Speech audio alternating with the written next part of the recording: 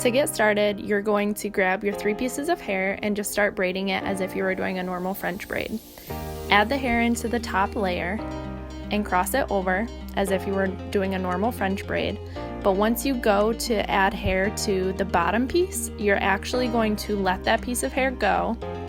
and then you're going to grab a new piece of hair from right underneath the braid. Cross the new piece over and then continue like you would a normal French braid. So adding more hair to the top layer, and once you get to that bottom layer where you're going to add hair, continuing to pick up a new piece and letting the old piece just lie.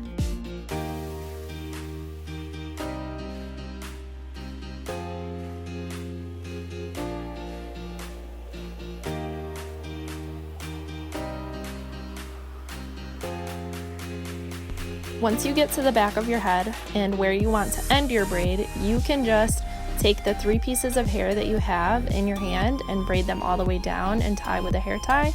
or you can just use a little rubber band to tie right where you ended the braid at the top of it.